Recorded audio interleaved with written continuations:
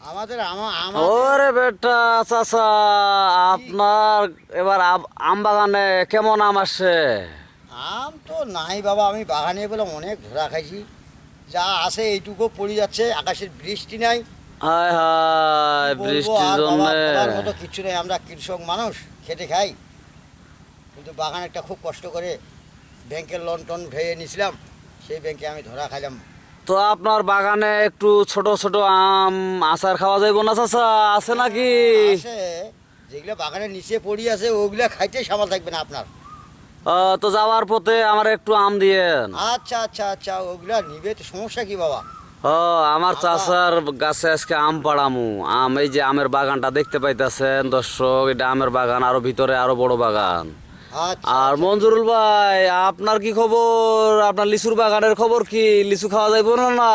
যাবে, ভালো। কেমন ভালো লিচু? ভালো হয়েছে, আল্লাহর নামে সুন্দর হয়েছে। গত সিজনে তো লিচুতে মানুষ ধরা খাইছে গা, এবার তো অবশ্যই ভালো হওয়ার কথা, আবহাওয়া হিসেবে ভালো। না না, ভালো হয়েছে, লিচু খুব ভালো হয়েছে, স্প্রে চলতেছে ভালো। তাই নাকি? হ্যাঁ, এগুলো তো এবার লিচু কিন্তু পাঠাবেন আমার বাসায়।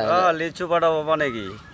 এটা আমার আশা যে আপনার কাছে লিচু খামু। মান্দারাজি না মুম্বাই? বোম্বাই বাংলায় যেটাই খাবে সেটাই দেবো। কতগুলো দেবো বলো?